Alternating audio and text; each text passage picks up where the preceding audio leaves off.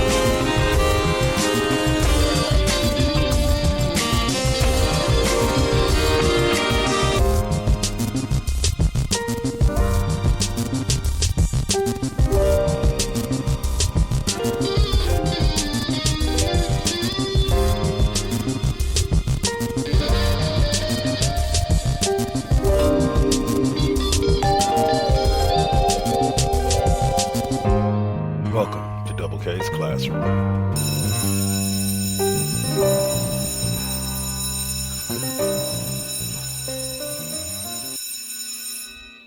Class is officially in session.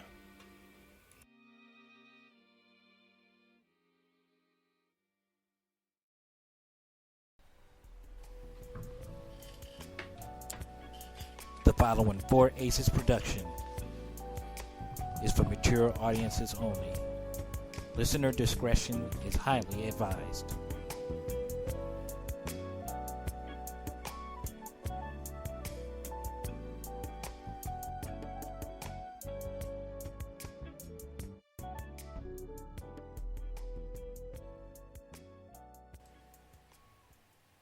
You are listening to Double K's Class.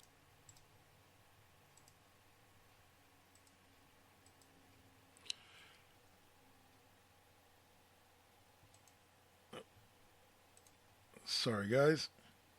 Hey, y'all. What's up? It's me, Double KK Double, and I am here with you.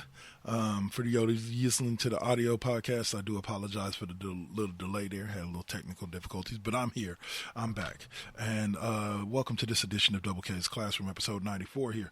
We're going to be talking a little Warriors, a little San Francisco Giants, a little 49ers draft, and I'm going to give you my thoughts on Blake Griffin signing with the Nets. Spoiler, it's not going to be any kind of hot take. It's just going to be me letting you know, it is what it is. All right, so let's start with the Warriors. Just coming off the All-Star break in which Steph Curry had an amazing game. I think he had something like 20-something points. Him and Dame kept Team LeBron ahead, and Dame hit the game-winning shot, getting them to 170 and getting LeBron to win. He's 4-0 now. The Warriors, after taking the loss, 26-point loss to the Clippers last night, are at 19-19. They're sitting at fourth in the Pacific Division. I think they're at like 10th in whatchamacallit. They would have to be in the play-in game at this point if they were to if playoffs were to start today. You got Steph averaging 29, Draymond leading the team with 8 assists per game. Had a stretch of about 5 to 10 games there where he only had like one game without at least 10 assists. And, of course, Steph shooting the best from the field, almost 50%. The team's sitting at 14th overall at points per game at 113. They're 21st in rebounding, but they're 23rd in points allowed. But percentage-wise, they're one of the best, one of the top, opponents' defensive field goal percentage and stuff like that. The Warriors are like top 10 in the league. I was just noticing it the other night watching the game against the Clippers. This Warriors team, going into this All-Star break, I was like, they're for sure a playoff team. They can get it run. If they get hot, they can be a playoff team. If they don't get hot, I honestly and genuinely see them like maybe finishing just out of the playoffs or just in that playoff tournament and maybe making it in and getting bumped by somebody like the Lakers or the Clippers in the first round. It would take a lot for this team to end up in the finals or even in the conference finals or even in the second round at this point. But I still think this team has a lot of positives moving forward. James Wiseman's going to be a beast. Next year, getting Clay back is going to be huge. I think they do need to bring back Oubre and also Andrew Wiggins, because both of them were huge this year on the defensive side of the ball. And I think you add Clay to that duo of defensive monsters, and I think you got something that's going to be, with Wiseman behind him, I think you got something that's going to be real special. The Warriors are a team that Steve Kerr has emphasized coaching-wise defense with all of them, and I think that he'll continue to do that, and as long as he does that, I think the offensive side of it will come together. Guys like Jordan Poole, Nick Mannion are getting their playing minutes now and learning how the floor of the offense works so that way next year they can be bench players that actually contribute. The All-Star game itself was like I'm not too happy with the current format of the All-Star game as it is with the team captains and all that, but everybody else seems to like it, so it is what it is. Like I said, Team LeBron won like 170 to like 146 or something like that over Team Durant, but it is what it's always been. Like, they don't play defense. They don't really push the ball. They're not really trying to beat each other. They're just basically out there throwing up shots and playing it like it's a scrimmage game. And some of that might have to do with the fact that, like, even LeBron didn't really want him to have an All-Star game this year. But they did. So if they did, you're putting on a show for the fans. Even though the fans aren't there live, you're still putting on a show for the fans. So keep putting on that show. But at the end of the day, Warriors playoff team, I doubt it. Or slim chance. Warriors championship team, not really. But next year, should the league keep their eyes out for the Warriors? Oh, 100%. Because at this point, the Warriors are going to be something dangerous next year. But I'm going to keep reporting on them. I'll give you another report in a couple of weeks. Actually, in a couple of weeks, the next episode I do, I'm having a gentleman, former coworker, friend of mine named Marty on. He's going to talk a little hockey with us. So be sure to check in with us for that. It'll be the first time I've talked hockey in a long time. But all right.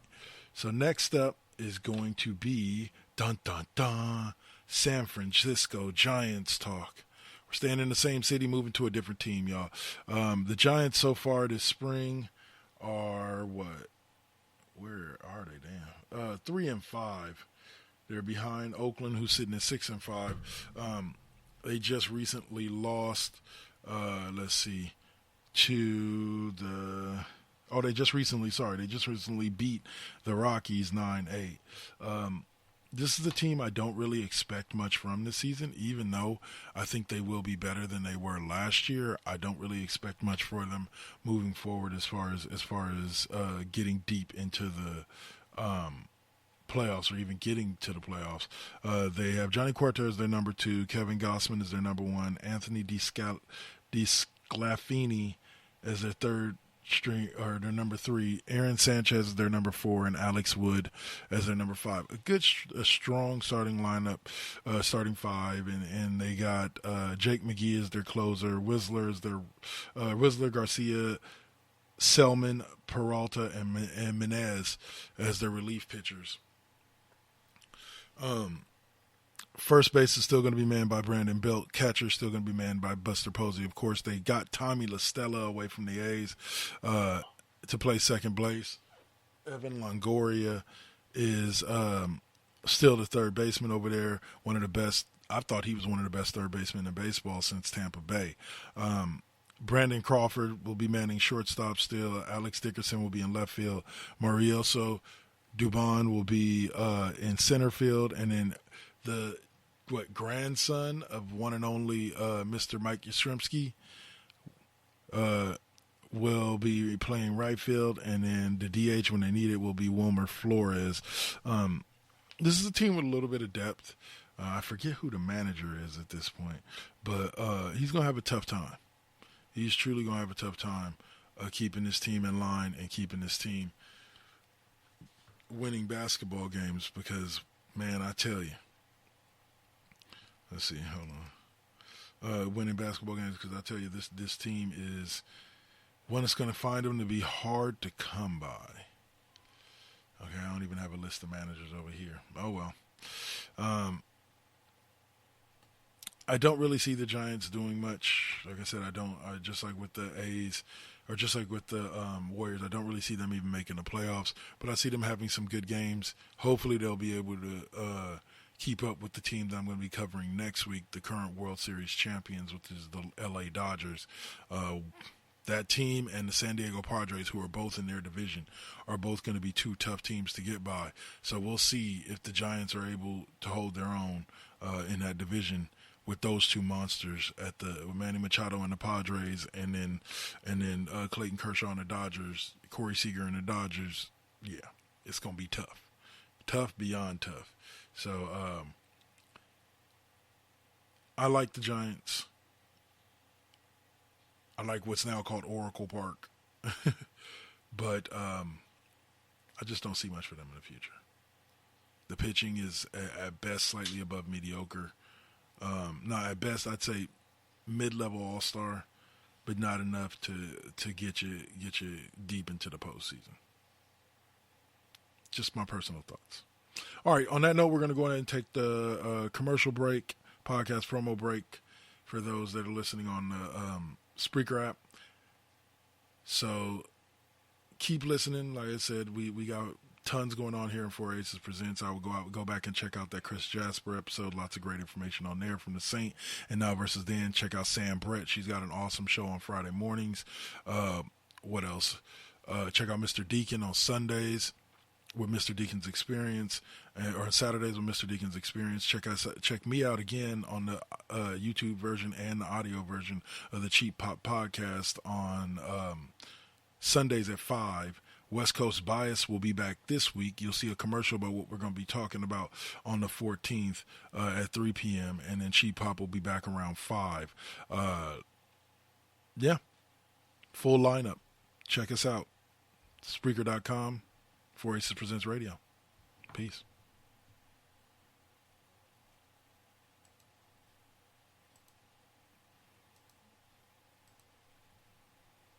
You are listening to Double K's Classroom right here on the 4 Aces Presents Radio Network. Spreaker.com, iHeartRadio, Spotify, Apple Podcasts, Google Podcasts, CastBox, and wherever you find your favorite podcasts.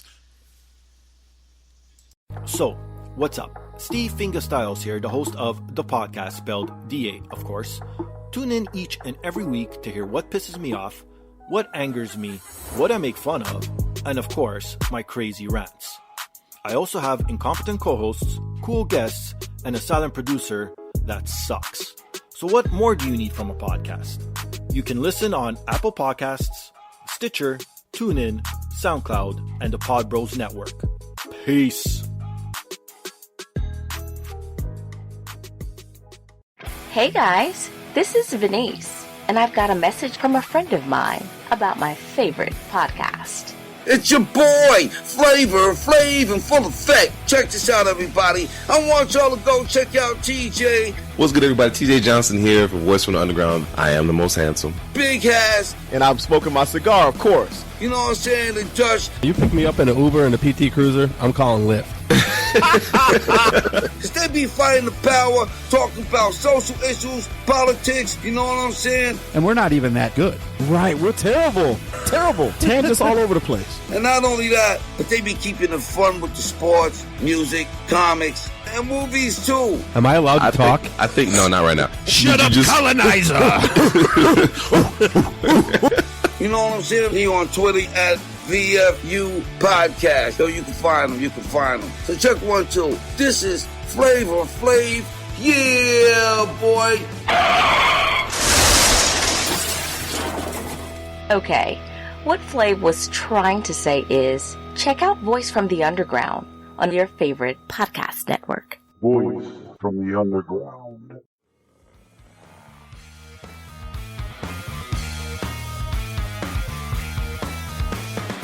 Man Brain. You know you want it. You know you need it. Let me introduce you to our team of audio professionals, 100% committed to giving you the greatest extreme comedy podcast of all time. What's SPH?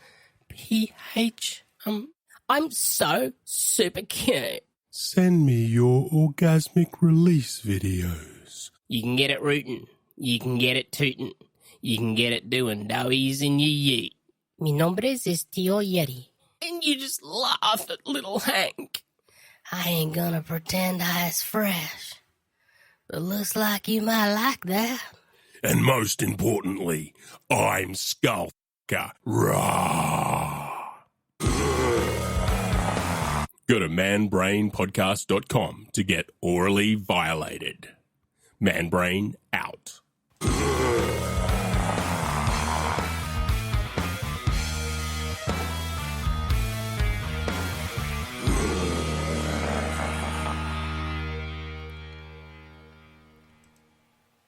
What's up, y'all? And I'm back for this second half.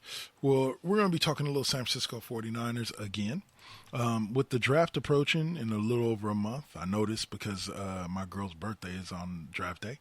The 49ers, or around draft day, 49ers have free agency coming up between now and then. They have approximately about 10 picks in the draft. They got a couple of extra compensatory picks for allowing for Robert Saleh going to Robert Saleh going to the Jets as a head coach, and then their GM going, I forget which team the GM went to, but they get two compensatory ticks, one for each of one of those losses, one in the next 3 years in the third round for each one of those losses, and then they got an extra compensatory pick for the loss of Emmanuel Sanders, who may be coming back. At this point in time, the 49ers are going to have approximately $24 million in cap room, with the cap being released the other day at $182.5 million. So I'm hoping, to be honest with you, that they restructure Jimmy's contract. Get rid of a lot of the guarantees. Let him earn it. Like he's kind of had some issues with staying on the field, so let him earn it, and restructure it to get a little bit more cap room. If they can get up over the 35 million mark, then they should be able to bring back Trent Williams. They already brought back Emmanuel Mosley as of today on a 2-year contract, so they got they got another corner outside of the ones that they already have on roster. And let's see, Richard Sherman's most likely walking out the door. I'm hoping that they have enough to bring back in Jason Verrett. I think Trent Williams and Jason Verrett will be two of the most important people. And then I think that should leave them with about $7-8 million left over to be able to go after another edge rusher, or potentially go after Emmanuel Sanders, who was just recently released by the Saints. Emmanuel Sanders would be a great third receiver for the Niners, to go with Deebo Samuel and Brandon Ayuk. And the man you just see right there, right now, they need to get somebody. They need to get somebody in. Then that would leave them with the draft of being able to bring in, I think that with the number 12 pick, they could get Caleb Farley may be available. I know a lot of mock drafts have him going before that, but I think he'll drop. Patrick Surtain definitely won't. He'll go in the top 10. But I think Farley or Horn, J.C. Horn, both could turn out to be solid cornerbacks in this league. So you get both of them. You got Emmanuel Mosley now. You got Jaquiski Tart, they're probably going to let go, but they got Marcel Harris and Jimmy Ward playing that safety position. Like there's potential all over the place there. The quarterback room, I think unless you're trading Jimmy, there's no reason with the quarterback room. They got Josh Rosen as a backup, who I think is a much better option than either Nick Mullins or C.J. Beathard, because the dude's proven that he can win games in this league. Not a lot of them, but he can win games. And so in spot duty, he would be a perfect guy to come in for Jimmy G should something happen. But if you're going to move on from Jimmy G, I was just telling Swab this earlier today, if you're going to move on from Jimmy G, I think it should be with Sam Darnold. Sam Darnold, you trade for him. His salary, I believe, is somewhere around $4 million for the next couple of years, for this year, and I believe he has one more year left on his rookie deal. former number 2 pick, a lot of potential there. I think it will be a struggle the first few games with the Niners, but I think once you get him Trent Williams to protect his left-hand side, McGlinchey protecting his right, and you get him maybe, like I said, you go after a Joe Thuney from the Patriots, who was just recently released by the Patriots. He plays guard, center, and tackle, so you could use him anywhere on the line with what you already got with Laken Tomlinson and those guys. So I think that would be the best way for them to spend their free agent money, and then you look to the draft, and like I said, either draft another corner or draft a defensive end, or draft an edge rusher to go opposite Nick Bosa. And unfortunately, I think they would only gain like $4 million in cap room by cutting D Ford, because he's got an injury guarantee, and it's going to be shit for trouble trying to trade his $20 million contract when he's not available. So sucks. But we're kind of stuck with D Ford, or we just got to cut him and eat the $16 million in cap hit. Unfortunately, this isn't like Madden. You can't just go in and erase the cap hits. But yeah, so hopefully they'll get D Ford to restructure his deal. I think that would be great. If he feels like he can go this season, I think it would be good to restructure him down to a prove-it deal that has more incentives than anything else, is stay on the field incentives, and keep him around if he feels he's going to be ready for next year. Because I like the idea of him opposite of Bosa. We're probably going to have to let Solomon Thomas go, but that's okay. I think Javon Kinlaw. We're probably going to have to let Kerry Hyder and DJ Reed, but once again, you can pick up some guys that for cheap that can help out there, or don't invest that much and invest some money in a guy like Ndamukong Suh, or try to go after somebody like that. But we'll see how that all pans out. He just won a ring with the Bucks in Tampa Bay, so he may be heading back there. But I think overall the 49ers have a pretty solid roster. They just need to really fine-tune it. Cornerback, of course, is the weakest position, so spend as much money as you can there. Like real talk. Like if you go out and I think Xavier Rhodes is going to be a free agent corner this year. If you can go after him, or like I said, get yourself a Patrick Surtain or Caleb Farley or J.C. Horn, go for it, because that would help solidify, and then you can take a couple of other corners later in the game or later in the draft. Because from what I've heard,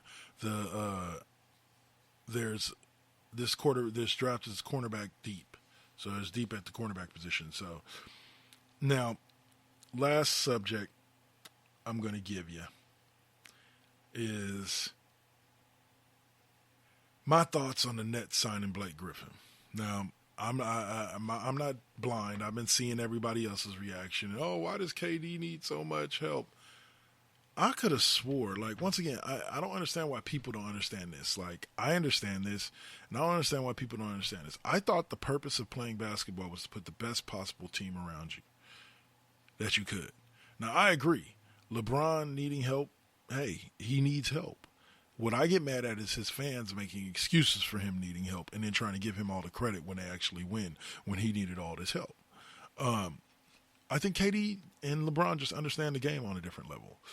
They understand that, you need to surround yourself with as much talent as possible in order to win a title in today's league. That's just how it is. And so I'm hoping that this is something that ends up going well, because I like Blake Griffin. I like Blake Griffin dating back to his days in Oklahoma. I've liked the man as a basketball player and as a human being. He's a pretty cool cat. So I think it's a great pickup for the Nets to sign Blake Griffin. I think it helps them round out their roster. There's talk that Andre Drummond, if he's bought out by the Cavs, may end up there. There's talk that Andre Drummond may end up in a Warriors uniform. We'll see. But I doubt it. But I would love to see him as a young mentor for growing, budding James Wiseman. But getting back to that Nets situation, I think it makes the Nets one of the better teams in the league. They were already kind of starting to get their groove and dominate with Harden, Kyrie, and Durant, and then you add a Blake Griffin. I doubt he's going to be starting, but he can play valuable minutes off the bench and come in and kind of do what Andre Iguodala did for the 2015 Warriors. Balance the team. Help the second unit out. He's become more of a jump shooter than he used to be, not necessarily as athletic as he was before, so he's not hopping and jumping and dunking all over the place. But, man, does the guy still have a shot? Yeah. Can the guy still go? 100%. So, anybody that hates on the signing of Blake Griffin, you're dumb. You heard it here, right here on Double KK Double Network, 4 Aces Presents. You're dumb. Period. And there ain't about agreeing with my opinion. It's about, look at Blake Griffin. He still has something to offer. 12 points, 8 rebounds is not bad for a bench player. Matter of fact, it's about what you want out of your bench power forward. So, other than that, continue to check us out. Like I said, we got West Coast Spies coming up this week. We got Cheap Pop Podcast still coming up this week. Check out the commercials for both of those right after this episode is over. And for those of you listening on Spreaker, just check us out on Spreaker, www.spreaker.com, 4 Aces Presents Radio. Yeah, keep listening. Y'all have a great day. Y'all know once the music hits and the bell rings, class is dismissed. I'll see y'all later. Peace.